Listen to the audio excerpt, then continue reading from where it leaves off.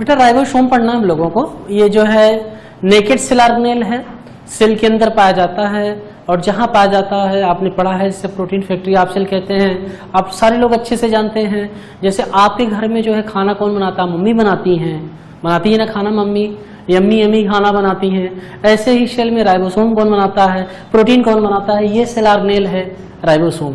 तो अगर आप आइए डिस्कवरी देखी जाए, इससे शुरू किया जाए, इसकी कहानी देखा जाए कि क्या है इसकी कहानी। ये देखिए सबसे पहले डिस्कवरी देखते हैं राइबोसोम की। अगर आप इसकी डिस्कवरी देखें तो सीधे सीधे लिखिए ना, देर क्यों करते हैं, सीधे लिखते हैं। ये देख बेटा, डिस्कवर्ड बाई, वैज्ञानिक का नाम लिखिए जैसा कि एनसीईआरटी ने दिया हुआ है। साइंटिस्ट का नाम जॉर्ज पैलाडे है। जॉर्ज पैलाडे है, इन्होंने इससे खोजा था इन किस ईयर में? 1953। भारत देश को आजाद होने के बाद, मतलब स्वतंत्र होने के बाद, 1950 में संविधान लागू होने के बाद 3 साल बाद राइबोसोम की खोज हुई।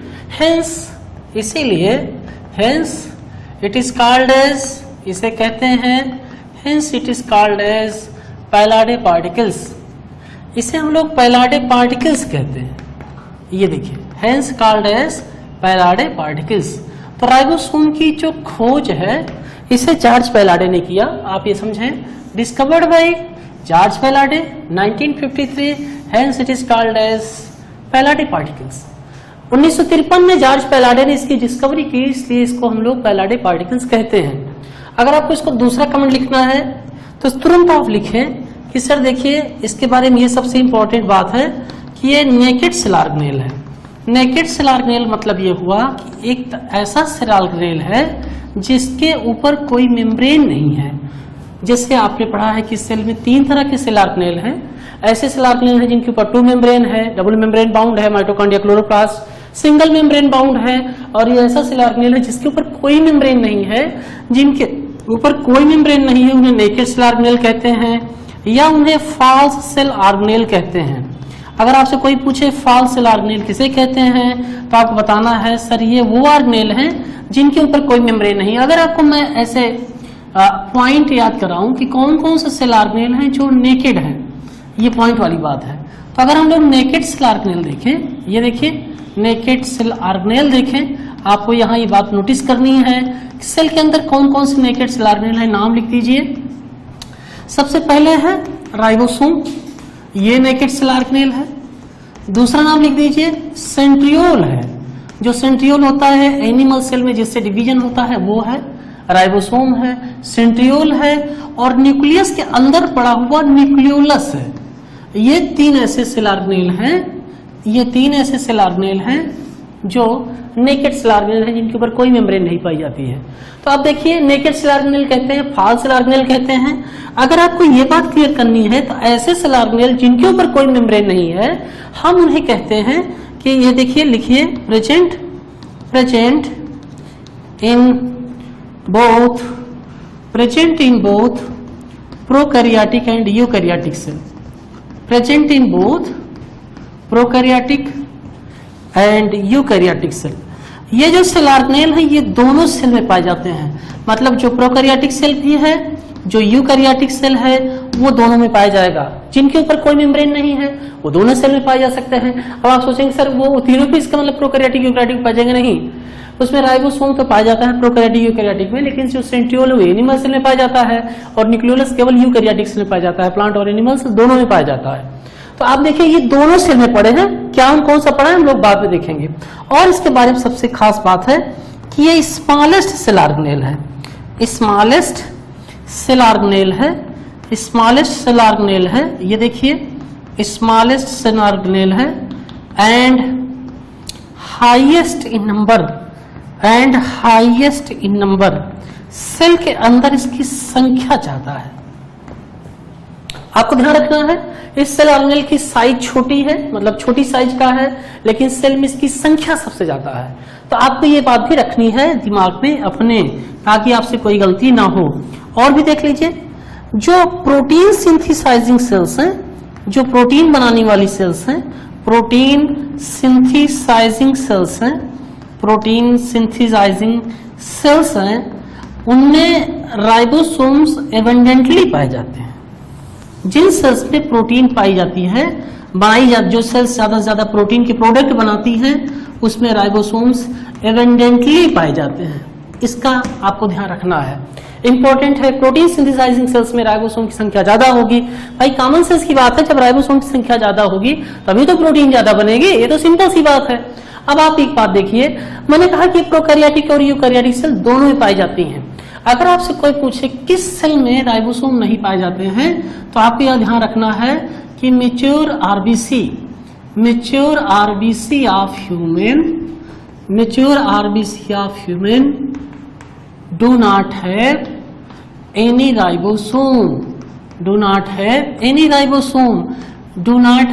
any ribosome, मैंने 32 बार बताया है, 40 बार बताऊंगा, 100 बार बताऊंगा, तब तक बताऊंगा जब तक कि आपके कॉन्सेप्ट ना आ जाए। जो राइबोसोम है वो, जो छोड़िए सारी बातें सुनिए, आप ध्यान सुनिए। जब हमारी आरबीसी बनती रहती है, ह्यूमन आरबीसी बनती रहती है, मनुष्य में हमारे ब्लड बोन में बनती रहती है, तो आरबीसी के अंदर न्यूक्लियस होता है, सारे सेल ऑर्गेनेल्स होते हैं, वो एरोबिक रेस्पिरेशन करती है। लेकिन डेवलपमेंट स्टेजेस में जब उसका डेवलपमेंट होता रहता है, मान लीजिए इस बात को ऐसे सीख लें अगर तो अच्छा हो जाएगा। ये मान लीजिए आरबीसी है, डेवलपिंग आरबीसी है, तो जब ये डेवलपिंग आरबीसी है तो इसमें सारे सेल ऑर्गेनेल्स पाए जाते हैं। डेवलपिंग आरबीसी है तो इसमें सारे सेल ऑर्गेनेल्स पाए जाते हैं। ये इसका साइटोप्लाज्म है, ये एरोबिक रेस्पिरेशन कर रहा है, सब कुछ सही चल रहा है, ठीक है। अब हो क्या रहा है कि इसके डेवलपमेंटल स्टेज में एक स्टेज आती है, जिस स्टेज को हम रेटिकुलोसाइट स्टेज कहते हैं। ये आरबीसी के डेवलपमेंट के दौरान एक स्टेज आती है, और इस स्टेज के बाद इस आरबीसी में कोई भी सेल ऑर्गेनेल्स नहीं रह जाते हैं, इसमें केवल और केवल हीमोग्लोबिन पैक हो जाता है।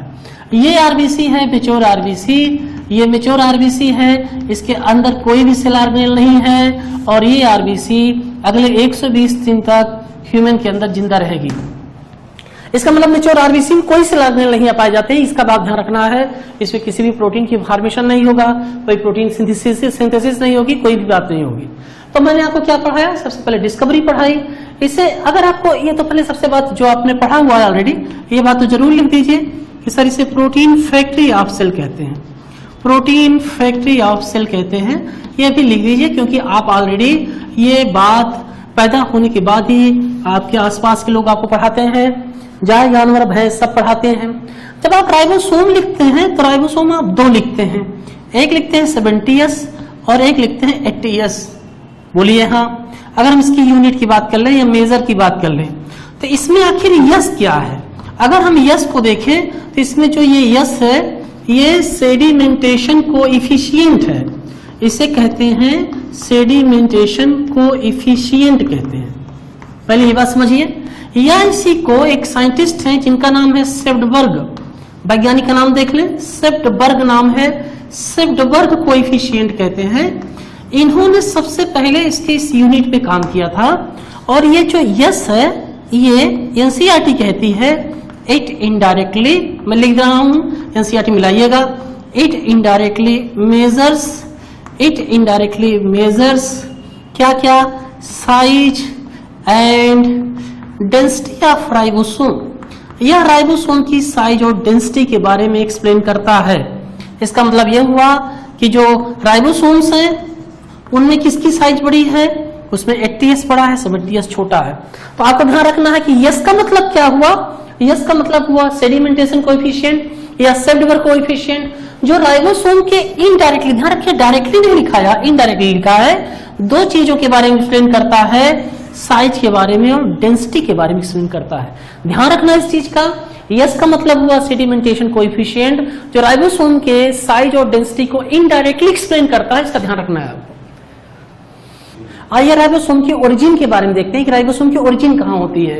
अभी आपने देखा, मैंने आपको बताया कि दो तरह के राइबोसोम हैं। एक राइबोसोम है जिन्हें 70S राइबोसोम कहते हैं, ये देखिए, और दूसरा राइबोसोम है जिसे 80S राइबोसोम कहते हैं।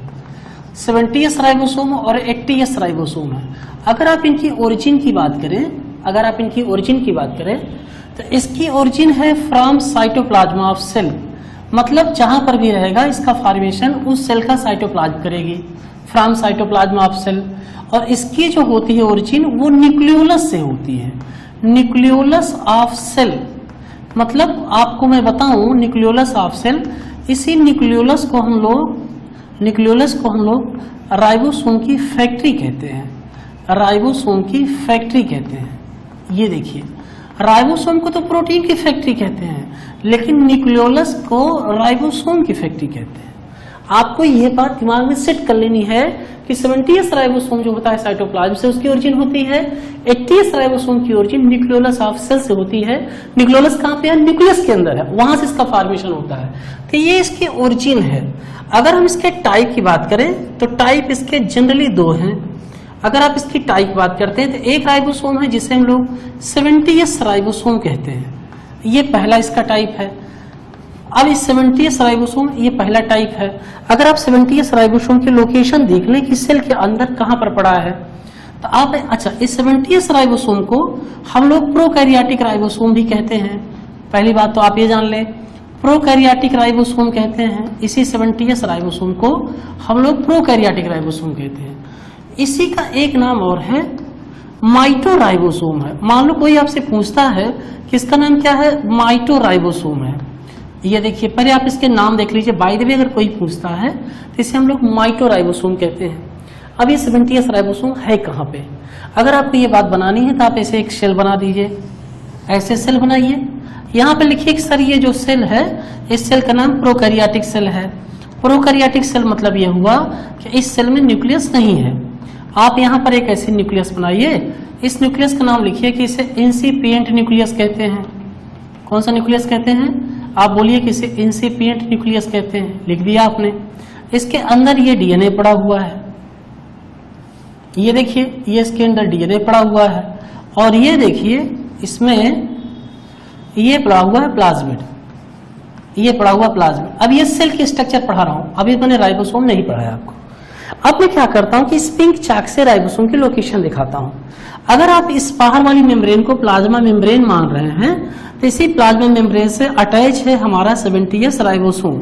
ऐसे आप इसको दिखा दीजिए कि सर देखिए, पहली प्रोकैरियोटिक सेल में राइबोसोम की ओरिजिन, ये लोकेशन ये है कि ये जो है प्लाज्मा मेम्ब्रेन से अटैच है, और दूसरा ये राइबोसोम इस साइटोप्लाज्म में से फ्री टहल रहा है।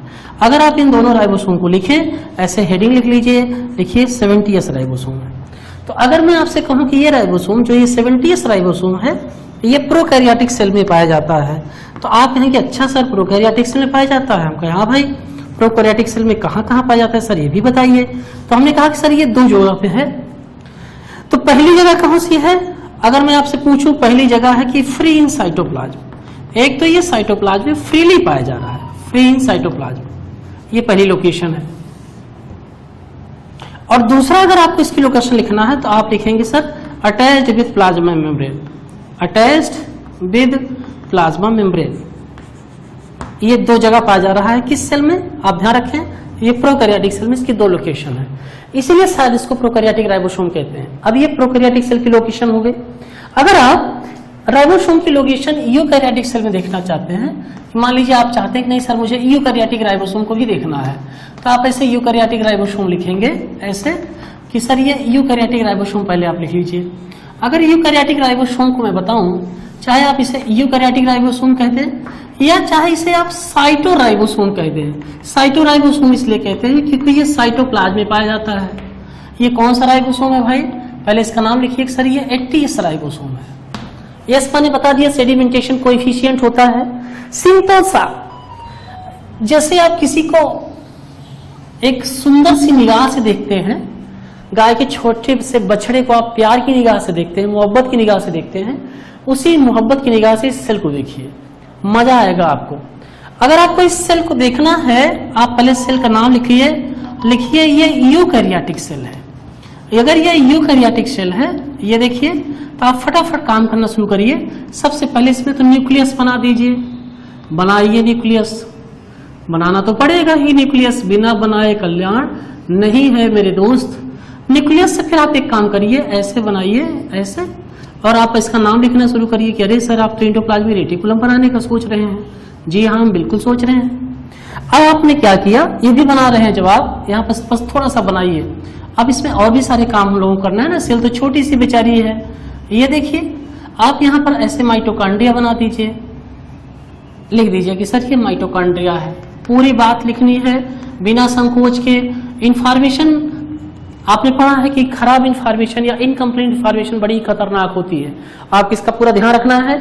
एक जब आपने माइटोकॉन्ड्रिया बना दिया तो आप इसके सगे भाई को बनाना मत भूलिए, क्योंकि अगर आपने ये भूल दिया तो जग सूना सूना हो जाएगा। आप यहाँ पर लिखिए कि सर ये क्लोरोप्लास्ट है, ये देखिए वो माइटोकॉन्ड्रिया है और ये क्या है, क्लोरोप्लास्ट है। ये दो सेल ऑर्गेनेल्स हो गए। अब आप बनाना शुरू करिए राइबोसोम। अब अगर आप ध्यान से देखें तो यहाँ पर मैंने 70s राइबोसोम पिंक चाक से लिखा है। तो सबसे पहले मैं आपको ये क्लियर कर दूं कि ये जो 70s राइबोसोम है ये माइटोकॉन्ड्रिया क्लोरोप्लास्ट के अंदर भी पाया जाता है। 70s राइबोसोम माइटोकॉन्ड्रिया क्लोरोप्लास्ट के अंदर भी पाया जाता है। तो अगर आप यहाँ लिख रहे हैं तो आप यहाँ पर लिखिए, यहाँ पर इस इंफॉर्मेशन लिखें कि यूकैरियोटिक सेल में भी ये राइबोसोम पाया जाता है। कौन सा? 70s ribosome. यूकैरियोटिक सेल में भी ये राइबोसोम पाया जाता है। कहां पर पाया जाता है? ये पाया जाता है माइटोकॉन्ड्रिया के अंदर, पहला माइटोकॉन्ड्रिया के अंदर पाया जाता है और दूसरा क्लोरोप्लास्ट के अंदर पाया जाता है। क्लोरोप्लास्ट के अंदर पाया जाता है। आपको ध्यान रखना है कि ये 70s राइबोसोम दो तरह की सेल्स पे पाया जाता है। प्रोकैरियोटिक सेल के साइटोप्लाज्म में फ्रीली पड़ा हुआ है और उसके प्लाज्मा मेम्ब्रेन से अटैच है, जबकि यूकैरियोटिक सेल के माइटोकॉन्ड्रिया क्लोरोप्लास्ट में पाया जाता है। इसीलिए इस 70s राइबोसोम को ऑर्गेनेल विद इन ऑर्गेनेल कहते हैं। आपको ये बात आज सीख ही लेनी है, ऑर्गेनेल विद इन ऑर्गेनेल कहते हैं। मैं आपको जो कहना चाह रहा हूं आप पहले इस बात को समझ लें, सीख लें। बिना सीखे कल्याण नहीं आपका। आप क्लास 11th में हैं, बिना सीखे कल्याण नहीं। मैं ये कहना चाहता हूं कि आप उस सेल को ध्यान से देखिए, उस सेल में ये माइटोकॉन्ड्रिया क्लोरोप्लास्ट दो सेल ऑर्गेनेल्स हैं और इन सेल ऑर्गेनेल्स के अंदर भी 70s राइबोसोम है। तो पहली बात तो ये हो गई जो 70s राइबोसोम है वो प्रोकैरियोटिक यूकैरियोटिक सेल दोनों में कॉमन है। और दूसरी खास बात ये हो गई कि यूकैरियोटिक सेल के माइटोकॉन्ड्रिया और क्लोरोप्लास्ट में 70s राइबोसोम पाया जाता है। फिर से मैं क्या कह रहा हूं, ध्यान सुनिए। मेरी निगाह को और मेरी आत्मा से जो आवाज आपके पास पहुंच रही है उसको ध्यान सुनिए, आत्मा लगाइए, इसमें मन लगाने की जरूरत नहीं है। जब आप ध्यान से देख रहे हैं कि mitochondria chloroplast already cell organelle है और उसके अंदर भी जो है राइबोसोम पाया जा रहा है। कौन सा पाया जा रहा है? 80s वाला। तो जो 80s वाला 70s राइबोसोम पाया जा रहा है माइटोकॉन्ड्रिया क्लोरोप्लास्ट के अंदर पाया जा रहा है, ऑर्गेनेल के अंदर ऑर्गेनेल है। इसलिए देखिए मैंने लिखा है कि 70s राइबोसोम को ऑर्गेनेल विद इन ऑर्गेनेल कहते हैं। ध्यान रखना इसका। अब आइए हम लोग यूकैरियोटिक राइबोसोम बनाते हैं। सबसे पहले हम निपटा देते हैं कि ये न्यूक्लियोलस है। ये देखिए ये न्यूक्लियोलस है, ये न्यूक्लियोलस है। अगर आपको इसमें जो है राइबोसोम का फॉर्मेशन दिखाना है तो आप 80s राइबोसोम को इस पेन से बनाए यूकैरियोटिक सेल में। ये देखिए अगर मैंने 80s राइबोसोम यहां पर बनाया, हमने 80s राइबोसोम यहां पर बनाया इस जगह पर, ये देखिए ऐसे बनाया, यहां पर हमने राइबोसोम 80s बनाया, ऐसी जगहों पर बनाया और कुछ राइबोसोम हमने साइटोप्लाज्म में डाल दिए। तो ये जितने भी लोकेशंस हैं ये सारे के सारे राइबोसोम 80s राइबोसोम है। इसीलिए 80s राइबोसोम को अगर आप ध्यान से देखें तो ये साइटोप्लाज्म में पाया जा रहा है, इसलिए शायद इसको साइटोराइबोसोम कह रहे हैं। इस सेल के अंदर 80s राइबोसोम है कहां पे? अगर आप इस सेल के अंदर 80s राइबोसोम को देखें तो पहला है अटैच्ड विद लिखिए पूरी बात, outer attached with outer nuclear membrane, attached with outer nuclear membrane, outer nuclear membrane से ये अटैच है। पहली बात हो गई। दूसरा लिखिए attached with rough endoplasmic reticulum, attach with rough endoplasmic reticulum. ये रफ एंडोप्लाज्मिक रेटिकुलम है, ये इसकी है, ये इसकी है। बाई कौन सी प्रोटीन है? पूरा नाम लिखिए, इस प्रोटीन का नाम राइबोफ्लोरिन है। मतलब एक राइबोफ्लोरिन प्रोटीन है जो इसको रफ एंडोप्लाज्मिक रेटिकुलम से जोड़ रही। दो लोकेशन हो गई, आउटर न्यूक्लियर मेम्ब्रेन में पड़ा है, रफ एंडोप्लाज्मिक रेटिकुलम में पड़ा हुआ है, और तीसरा है जो फ्री इन साइटोप्लाज्म में है। मतलब मैं आपको ये सिखाना चाहता हूं कि ये जो राइबोसोम है 80s वाला राइबोसोम, ये 3 जगह पर पड़ा हुआ है। कहां पर पड़ा हुआ है? लोकेशन देख लीजिए। आउटर न्यूक्लियर मेम्ब्रेन में पड़ा हुआ है, रफ एंडोप्लाज्मिक रेटिकुलम की सरफेस पे पड़ा हुआ है और साइटोप्लाज्म में फ्री टहल रहा हुआ है। अगर मैं आपको एक बात और सिखाऊं, यहीं पर थोड़ी सी आप बात सीखने का प्रयास करें कि जो 80s है ये दो में टूटता है, 40s प्लस 60s। ये स्मॉल सब यूनिट है, ये लार्ज सब यूनिट है। डिटेल अभी पढ़ाता हूं मैं आपको। तो ये जो आप रफ एंडोप्लाज्मिक रेटिकुलम के सरफेस पे देख रहे हैं, जनरली 60s यहां जुड़ा रहता है। तो 40s वाला क्या करता रहता है, 40s वाला अलग टहलता रहता है। तो वो किस टाइम जुड़ता है, जिस समय यहां से यहां डीएनए से आरएनए बन के आएगा, ट्रांसक्रिप्शन होगा, उस समय राइबोसोम की दोनों यूनिट जुड़ जाएंगी मैग्नीशियम आयन के कंसंट्रेशन बढ़ने पर। तो जनरली अगर आपसे पूछे कि सेल में प्रोटीन सिंथेसिस नहीं हो रही है, रफ एंडोप्लाज्मिक रेटिकुलम के सरफेस पे कौन सा राइबोसोम जुड़ा है, 80s जुड़ा है, 40s जुड़ा है, 60s जुड़ा है, तो आपको टिक क्या करना है, 60s जुड़ा है। या ऐसे क्वेश्चन में लिख देता हूं कि अगर आपसे क्वेश्चन ऐसे पूछे कि जनरली ऐसे क्वेश्चन देख लें आप, जनरली which ribosome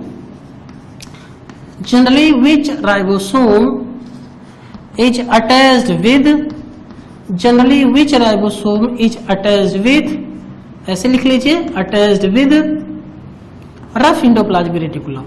आपको ऑप्शन क्या देगा, अगर आप ऑप्शन देगा 40s जुड़ी है, 60s जुड़ी है, 30s जुड़ी है, 70s जुड़ी है, आप टिक कहां करेंगे, काट के करेंगे, 60s जुड़ी है। तो 40s कब जुड़ेगी, जब सेल के अंदर प्रोटीन बननी होगी तब 40s जाके इस पे जुड़ जाएगी, राइबोसोम की पूरी यूनिट कंप्लीट हो जाएगी। तो ये है प्रोकैरियोटिक सेल का राइबोसोम, जिसे हम लोग 70s राइबोसोम कहते हैं। वो यूकैरियोटिक सेल का राइबोसोम है, जिसे 80s कहते हैं।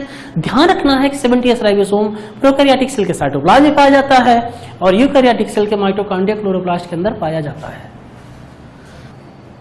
हाँ, तो अब आप देखिए बेटा, इसका स्ट्रक्चर देखिए राइबोसोम का।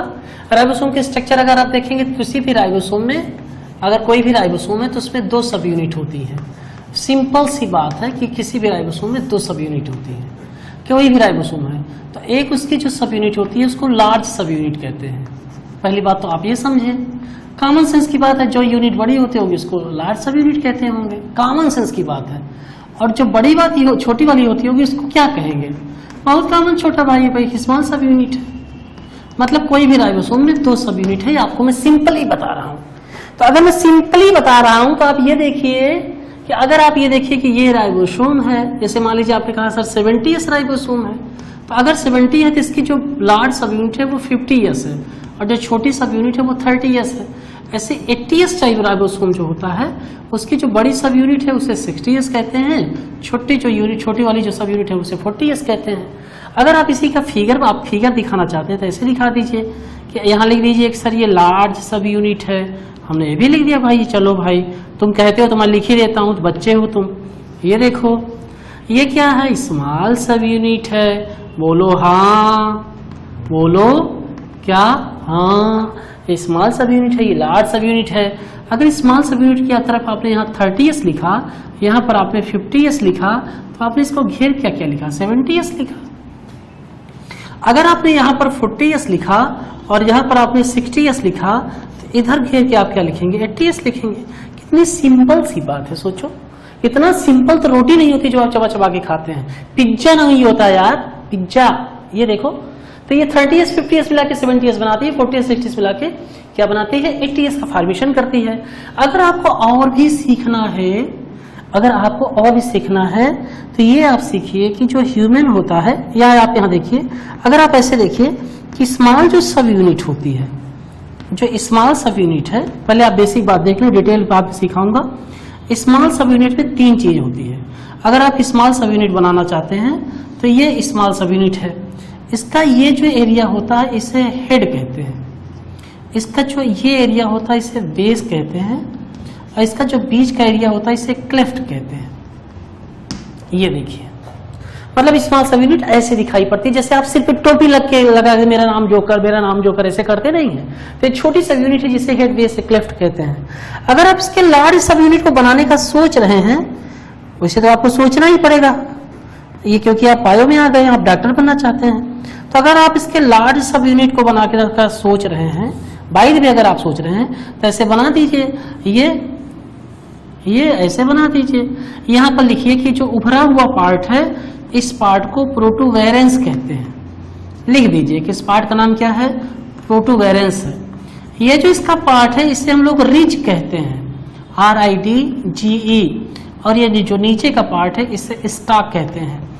मेरे प्यारे बच्चे, तुम अगर इससे प्यार की निगाह से देखोगे इस राइबोसोम को, जैसे आप छोटे से गाय के बच्चे को देखते हैं, कुत्ते के पिल्ले को देखते हैं, छोटा सा जो बेबी होता है, तो आप देखिए इसका ये उभरा हुआ पार्ट है, जैसे हमारा सिर निकला है।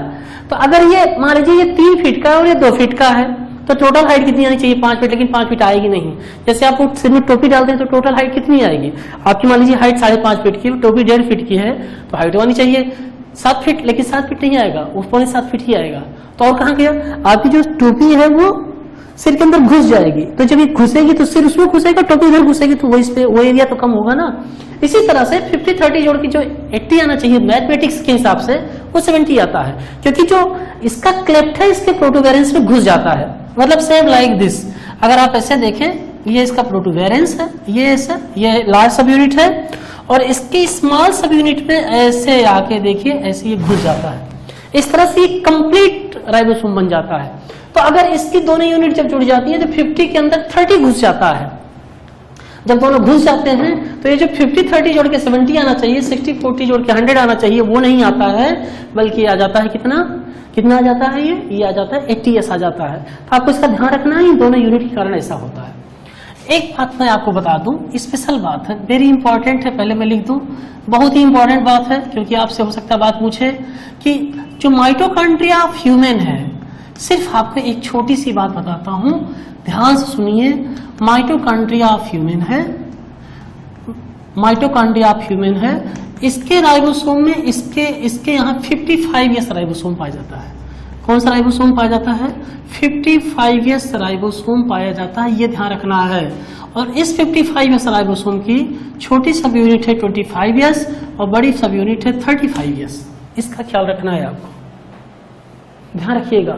मैं यहां से लिख देता हूं, अगर आपको दिल लग रहा है तो ये ध्यान से सुनिए, चुपके से सुन, किसकी, चुपके से सुन, किसकी धुन, बायो की धुन, ये है बायोलॉजी। चुपके से सुन, बायोलॉजी की धुन।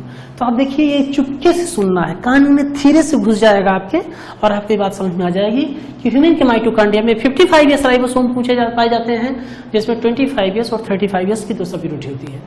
अगर हम इसके स्ट्रक्चर की बात करें, अल्ट्रा स्ट्रक्चर की बात करें, अल्ट्रा स्ट्रक्चर ऑफ राइबोसोम देखें, अल्ट्रा स्ट्रक्चर ऑफ राइबोसोम देखें, आपको ये बात सीखना है। अल्ट्रा स्ट्रक्चर ऑफ राइबोसोम अगर आप देखें, डिटेल में राइबोसोम को देखना चाहते हैं आपका मन है राइबोसोम को देखने का, तो आइए देख लेते हैं कि अल्ट्रा स्ट्रक्चर क्या है इसका। बेटा, कोई भी राइबोसोम हो, चाहे वो 70s का हो, चाहे वो 80s का हो, तो राइबोसोम 2 चीजों का बना है। एक तो बना है वो RNA का। अगर आपको इसका पूरा नाम नहीं आता है तो आप इसका पूरा नाम देख लें। इसका पूरा नाम है राइबोसोमल RNA। वो RNA जो राइबोसोम में पाया जाता है उसे राइबोसोमल RNA कहते हैं। और दूसरी बात जो राइबोसोम में पाई जाती है, ये खुद भी प्रोटीन का बना है, और वो जो प्रोटीन है उसे हम लोग बेसिक प्रोटीन कहते हैं। मतलब कोई भी राइबोसोम आप बना रहे हैं तो राइबोसोम किसी सोने चांदी का नहीं बना है, 2 चीजों का बना है। किसका बना है, RNA का बना है और बेसिक प्रोटीन का बना है। तो RNA का पूरा नाम राइबोसोमल RNA है, बेसिक प्रोटीन आप जान ही रहे हैं। आइए शुरू करते हैं। तो ये देखिए, आप 70s राइबोसोम यहाँ पर बनाइए, 70s राइबोसोम आपने लिख दिया। पहले आप इसका स्ट्रक्चर देखना चाहेंगे। अब आपको ये नहीं देखना है कि 70s राइबोसोम में 10 बार मैंने लिखा है कि इसकी 2 यूनिट है 30s और बड़ी यूनिट क्या है 50s, आपने लिख दिया। 30s और 50s आपने फट से लिखा। तो जब आपने लिख दिया तो बना तो ना यार, ये देखो ऐसे बनाओ, ये छोटी सब यूनिट है, ये और बड़ा सा बनाओ, स्मॉल सब यूनिट है। लिखिए ये कि सर ये है स्मॉल सब यूनिट, इसे क्या कहते हैं स्मॉल सब यूनिट। इसे क्या कहते हैं बेटा, लार्ज सब यूनिट, लार्ज सब यूनिट कहते हैं। इसका नाम क्या है 30s, इसका नाम क्या है 50s। अब आपको 2 बातें लिखनी है कि इसमें कौन कौन सा राइबोसोमल RNA है और कौन सा बेसिक प्रोटीन है। अगर आपको ये बात लिखनी है तो आप यहाँ लिखना शुरू करिए कि सर देखिए, अगर राइबोसोमल RNA की बात कर रहे हैं तो इसमें 16s राइबोसोमल RNA है, ध्यान रखना है आपको। और इसमें अगर आप देखें तो ये देखिए ये 5s राइबोसोमल आरएनए है और फिर दूसरा राइबोसोमल आरएनए है जिसे 23s राइबोसोमल आरएनए कहते हैं। मैं आपको जो दिखाना चाहता हूं आप समझे इस बात को कि इस राइबोसोम में जो राइबोसोम आपको दिख रहा है इसमें राइबोसोमल आरएनए कौन कौन सा है। छोटी सब यूनिट में 16s राइबोसोमल आरएनए है, बड़ी सब यूनिट में 5s और 23s राइबोसोमल आरएनए है। बात आती है प्रोटीन की, तो अगर आप इसमें प्रोटीन बात करते हैं तो इसमें 21 डिफरेंट बेसिक प्रोटीन है, 21 डिफरेंट प्रोटीन है। ये देखिए 21 डिफरेंट प्रोटीन है, इसका ध्यान रखना है। और इसमें जो प्रोटीन है वो 35 डिफरेंट प्रोटीन है।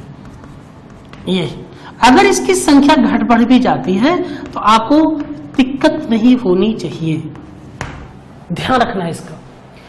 तो आपको ये बात ध्यान रखनी है कि ये जो 70s राइबोसोम है इसकी दो सब यूनिट है 30s और 50s। 30s राइबोसोम में 16s राइबोसोमल आरएनए है, राइबोसोमल आरएनए 16s है और इसमें सब यूनिट में 5s और 23s है। इसमें 21 डिफरेंट प्रोटीन और इसमें 35 डिफरेंट प्रोटीन है। ध्यान रखिए, एक स्पेशल बात है जो मैं आपको अगली क्लास में सिखा रहा हूं, ध्यान दें इसका।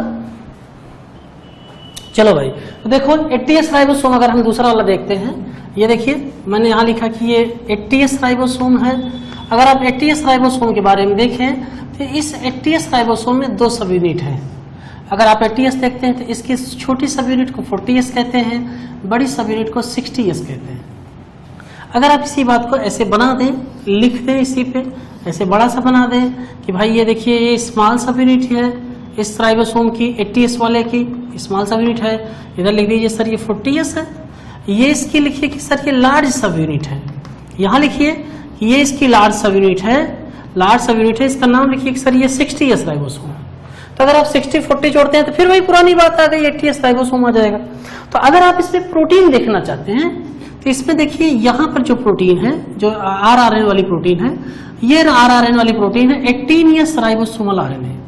याद करना पड़ेगा, यहाँ पर जो प्रोटीन है ये है 20s राइबोसोमल आरएनए, ये पहला हो गया।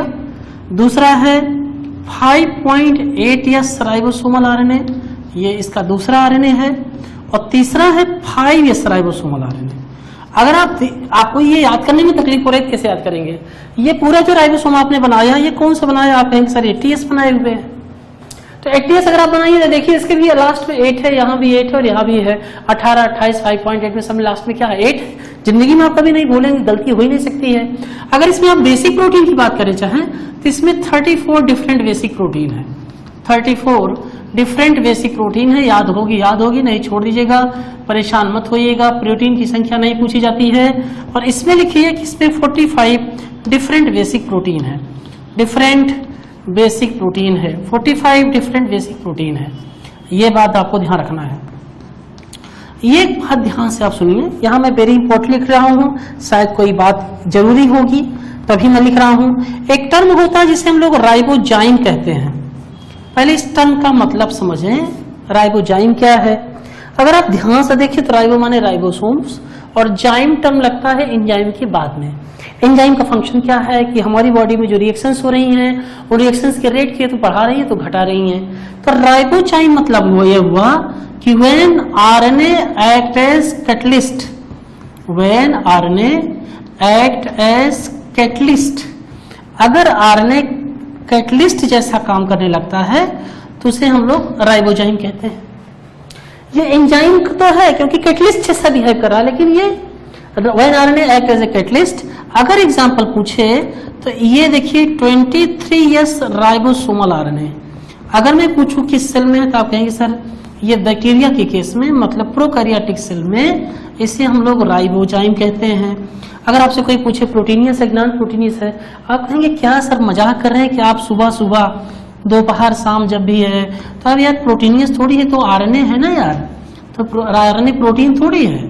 ये देखिए नॉन प्रोटीनियस है, आपको ये बात ध्यान रखनी है। अब आइए यहाँ पर देखिए, मैं यहाँ पर ये लिखता हूँ मैग्नीशियम आयन का concentration 0.001 molar solution. Magnesium ion is essential for, magnesium ion is essential for, magnesium ion is essential for binding of, magnesium ion is essential for binding of both सब यूनिट ऑफ राइबोसोम, बोथ सब unit of ribosome, both सब unit of ribosome, मतलब ribosome के दोनों unit को जोड़ने के लिए हमें कौन सा आयन चाहिए, हमें मैग्नीशियम आयन चाहिए, मैग्नीशियम आयन चाहिए। जैसे अगर आप देखें, अगर आप ये बात देखें कि ये देखिए इसका नाम है 60S, ये है 40S।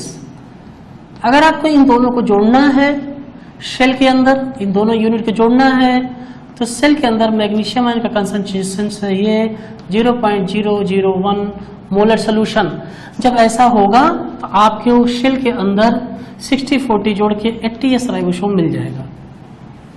इसी तरह से अगर आप देखें दूसरी कंडीशन, अगर ये 50S राइबोसोम है और आपको इसको 30S राइबोसोम से जोड़ना है, तो आपको सेल के अंदर कंसंट्रेशन चाहिए, कौन सा, शेल के अंदर चाहिए मैग्नीशियम आयन का कंसंट्रेशन 0.01 मोलर सोल्यूशन, और उस केस में राइबोसोम आपको सेल के अंदर 70S दिखाई पड़ेगा। कॉन्सेप्ट यह है दोस्त कि अगर इतना कंसंट्रेशन रहता है तो सेल में राइबोसोम दोनों जुड़ जाएंगे, और अगर ये कंसंट्रेशन गिर जाता है तो राइबोसोम को दोनों यूनिट स्प्लिट कर जाएंगी, मतलब सेपरेट हो जाएंगी, सेपरेट हो जाएंगी। मैं ये सिखाना चाहता हूं आपको। इसी तरह से अगर आप देखें, ये बात आप ध्यान रख लें कि रफ एंडोप्लाज्मिक रेटिकुलम है, ये रफ एंडोप्लाज्मिक रेटिकुलम है, तो इसकी सरफेस पे ये जो राइबोसोम्स पड़े हुए हैं, ये जो चिपके हुए राइबोसोम्स हैं, ये जो राइबोसोम्स है ये 60S वाले हैं। इस यहाँ पे कौन सी प्रोटीन है जो इनको चिपका के रखी है, इन प्रोटीन्स का नाम राइबोफ्लोरिन है।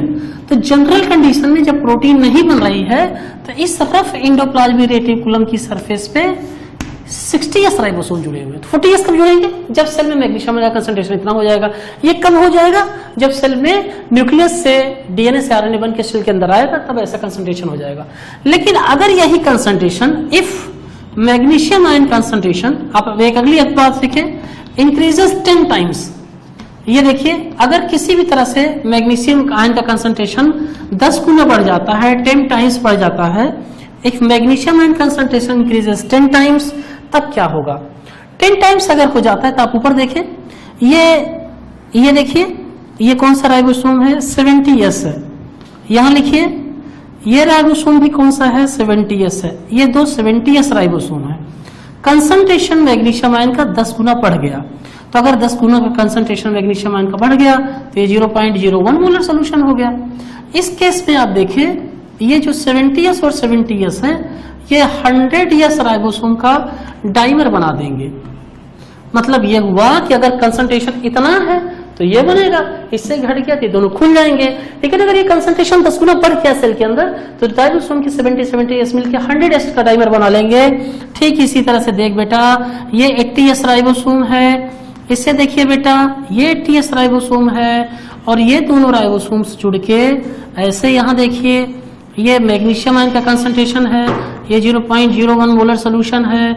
ये देख बेटा इस तरह से यहां पर 120S का डाइमर बनेगा, 120S का डाइमर बनेगा। तो अगर आप टोटल स्ट्रक्चर देखते हैं तो सबसे पहले आपको याद करना है कि इसमें आरएनए पाया जाता है, बेसिक प्रोटीन पाई जाती है, 2 सब यूनिट हो जाती हैं। राइबोजाइम कब कहते हैं, जब आरएनए कैटलिस्ट जैसा काम करता है। और आपको मैंने ये जो कॉन्सेप्ट पढ़ाया कि इतना कंसंट्रेशन होगा तो 80S बनेगा, इतना कंसंट्रेशन होगा 70S बनेगा। लेकिन यदि अगर कंसंट्रेशन 10 गुना बढ़ जाता है तो राइबोसोम्स के डाइमर बनना सेल में शुरू हो जाते हैं।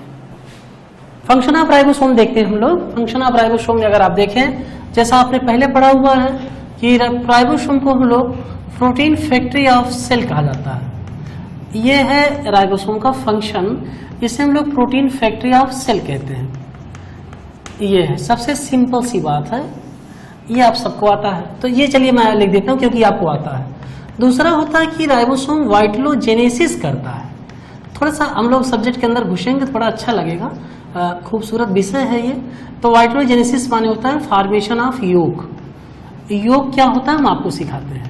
योग का फॉर्मेशन करता है, मतलब योग जो होता है उसके फॉर्मेशन में राइबोसोम इन्वॉल्व है। अगर आप कभी अंडा ऐसे देखें, ये देखिए ये हिंदी में लिख दे रहा हूँ कि ये मुर्गी का अंडा है। इस अंडे के अंदर ये इसका, क्योंकि आपने पढ़ा है कि ये एक तरह की शेल है, तो अगर आप इस अंडे के अंदर देखें तो किसी एक जगह पर आपको एक खास तरह के कलर का योग मिल जाता है। बेटा ये योग जो है एक खास तरह की प्रोटीन है। अंडे को हम लोग इसीलिए खाते हैं, इसमें स्पेशल प्रोटीन पाई जाती है जिससे व्यक्ति स्वस्थ रहता है। लेकिन वो वाला अंडा ही जो इंजेक्शन से आता है, हमें अंडे वो खाने चाहिए जो मुर्गी जनरेट करते हैं, जो मुर्गी से नेचुरली पैदा होते हैं, वो अंडे फायदेमंद है। अब आपको एक कॉन्सेप्ट सीखना चाहिए, मेरे हिसाब से आपको ये सीखना चाहिए कि सर पॉलीराइबोसोम क्या है। अगर आप ये सीख जाएं कि पॉलीराइबोसोम क्या है, चाहे पॉलीराइबोसोम कह दें और चाहे इसे पॉलीसोम कहें, बात एक ही हुई। पॉलीराइबोसोम कह दें या पॉलीसोम कह दें, पूरी बात लिख दीजिए, क्योंकि जब आपने हेडिंग डाल दी है तो पूरी बात तो लिखनी चाहिए। पॉलीराइबोसोम या पॉलीराइबोसोम किसे कहते हैं? पॉलीसोम। तो देखिए, व्हेन, मैं पूरी इसकी डिफिनेशन लिख देता हूं। When many ribosomes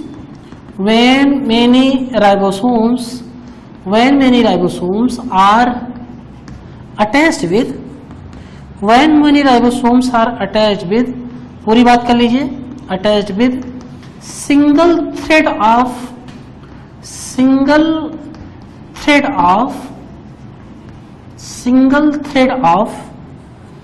mRNA। मैं आपको बता दूं कि ये बहुत इंपॉर्टेंट है। और दूसरी खास बात है कि इसकी जो जिक्र है इस आपके मेडिकल के टिकट में राइबोसोम लिखा गया है। मेडिकल के टिकट में राइबोसोम 3 जगह लिखा गया है। तो अगर आप देखिए पॉलीराइबोसोम प्रोकैरियोटिक सेल में देखें, तो अगर आप पॉलीराइबोसोम को प्रोकैरियोटिक सेल में देखते हैं तो प्रोकैरियोटिक सेल में अगर आप राइबोसोम को देखें, ये प्रोकैरियोटिक सेल है, इसमें राइबोसोम कैसे कब दिखता है, ये पॉलीसोम कब दिखता है।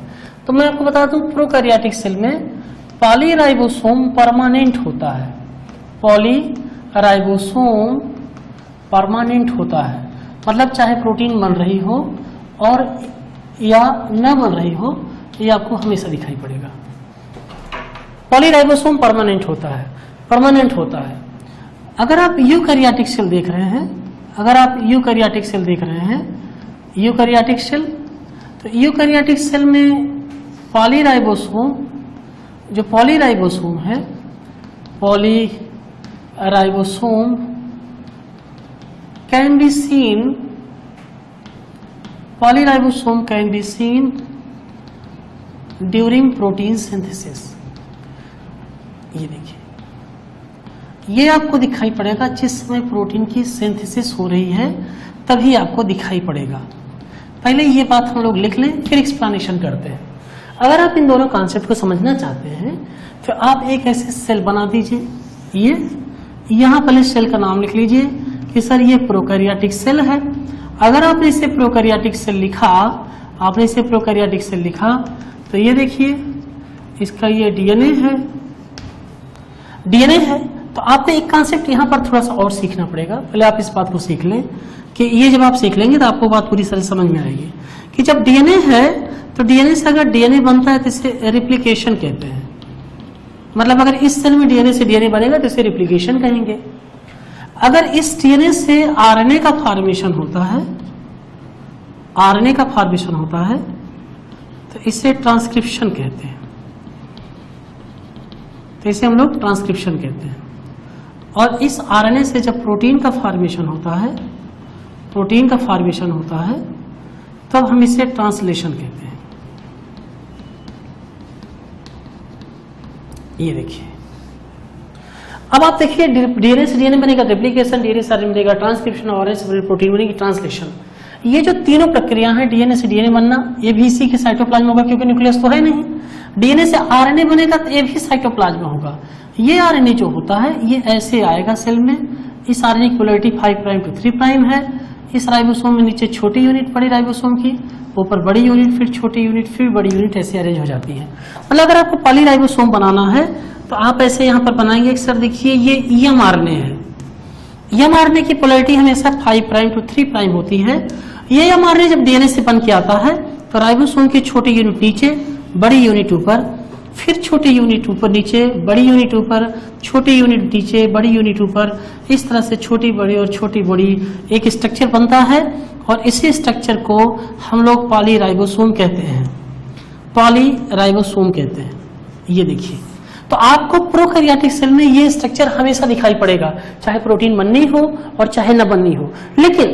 लेकिन अगर आप यूकैरियोटिक सेल में देखें, अगर आपने यूकैरियोटिक सेल ऐसे अपना दी, ये यूकैरियोटिक सेल का न्यूक्लियस है, ये देखिए ये यूकैरियोटिक सेल का न्यूक्लियस है, ये न्यूक्लियर मेम्ब्रेन है, यहाँ पर इसका डीएनए पड़ा हुआ है, ये देखिए। तो डीएनए से आरएनए जो बनता है ट्रांसक्रिप्शन, या डीएनए से डीएनए रेप्लिकेशन, ये न्यूक्लियस में होता है यूकैरियोटिक सेल के। और इससे बनके जब आरएनए साइटोप्लाज्म में आएगा, जिसकी पोलैरिटी 5 प्राइम की 3 प्राइम है, इस आरएनए का नाम mRNA है। तो इस पे भी राइबोसोम की छोटी यूनिट, बड़ी यूनिट, छोटी यूनिट, बड़ी यूनिट, छोटी यूनिट और बड़ी यूनिट बन जाएंगी। ये तब तक बनी रहेंगी जब तक इस सेल में प्रोटीन बनेगी, और जैसे ही सेल में प्रोटीन बन जाएगी तो ये सब के सब अपने आप डाइजेस्ट हो जाएंगे। मतलब पॉलीराइबोसोम इसमें तब बनेगा जब प्रोटीन बन रही हो, मैंने ये लिखा है। और प्रोकैरियोटिक सेल में पॉलीराइबोसोम का फॉर्मेशन परमानेंट होता है। इस तरह से राइबोसोम सेल के अंदर प्रोटीन का फॉर्मेशन करता है। तो अब आप बेटा देखें माइटोकॉन्ड्रिया के बारे में देखें। माइटोकॉन्ड्रिया जो है, अगर इसकी लिटरल मीनिंग देखी जाए तो इसकी लिटरल मीनिंग है माइटोस टर्म से ओरिजिन हुई है, जिसको हम लोग थ्रेड कहते हैं, ये देखिए। और कॉन्ड्रियान माने होता है बॉडी, कॉन्ड्रियान माने होता है बॉडी, ये देखिए। मतलब एक ऐसा स्ट्रक्चर जो थ्रेड जैसा दिखता है, उसी ने माइटोकॉन्ड्रिया कहा। अगर हम लोग इसकी डिस्कवरी देखें, तो अगर हम लोग इसकी हिस्ट्री देखें तो ये देखिए, सबसे पहले लिखिए डिस्कवर्ड बाय, इनका नाम कोलिकर है, एक साइंटिस्ट है, इनका नाम कोलिकर है। 1880 में 1880 में इसे खोजा इन्होंने in striated muscles of insect, striated muscles of insect में सबसे पहले कोलिकर ने इसे डिस्कवर किया, पहली बार।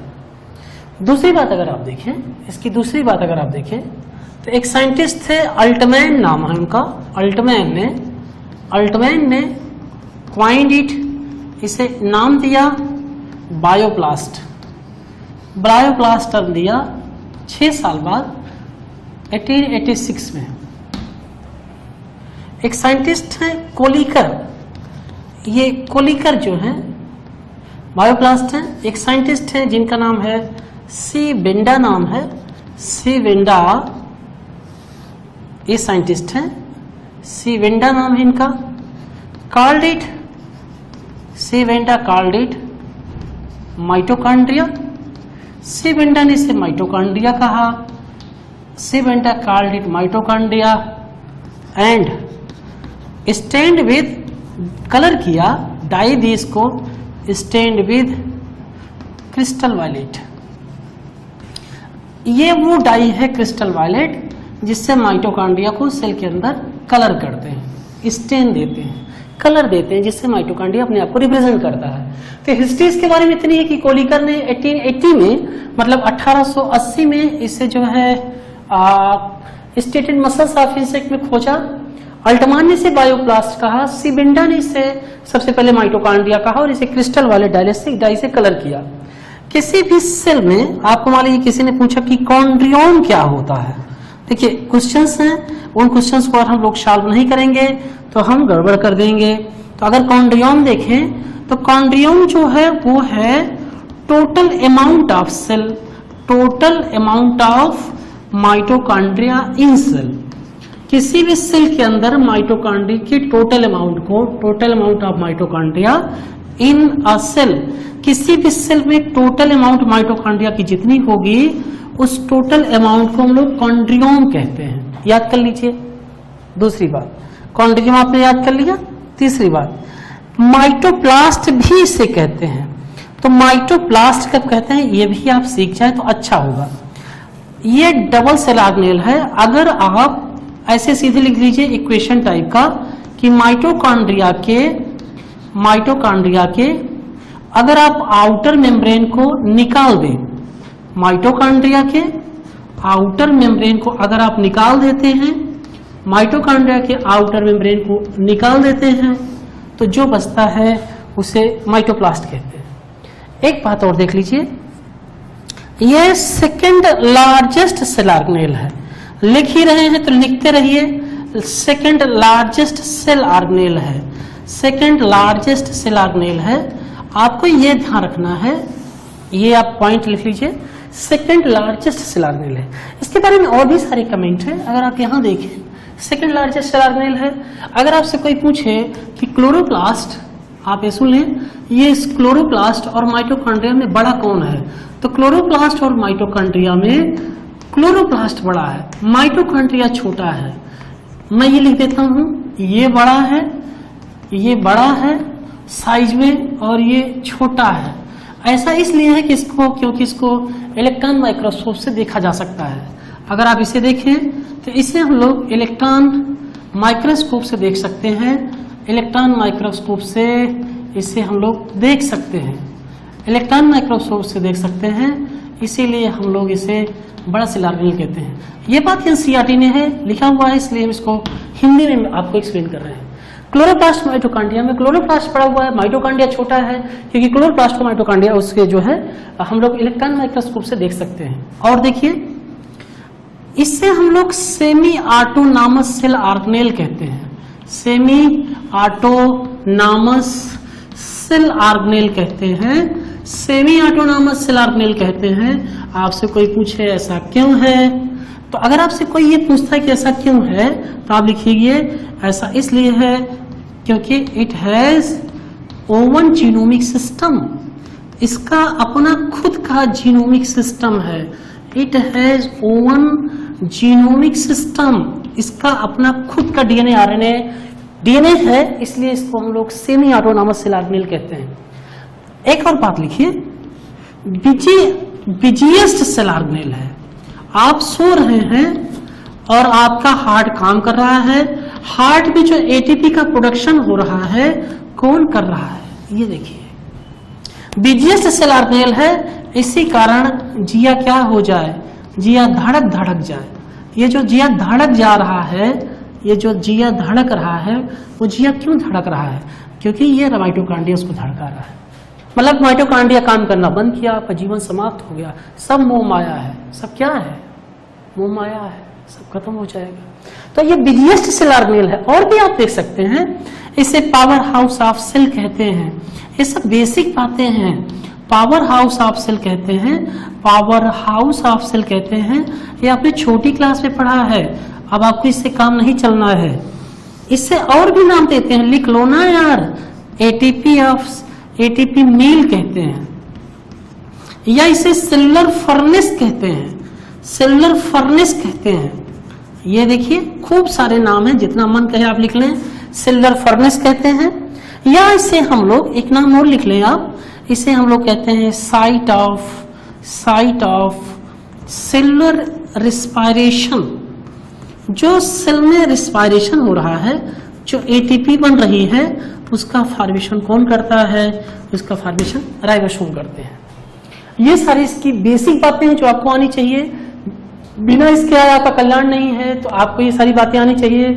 सेमी ऑटोनॉमस सेल ऑर्गेनेल है, बीजीएस्ट सेल ऑर्गेनेल है, पावर हाउस ऑफ सेल कहते हैं, एटीपी मील कहते हैं, साइट ऑफ सेलुलर रिस्पिरेशन है।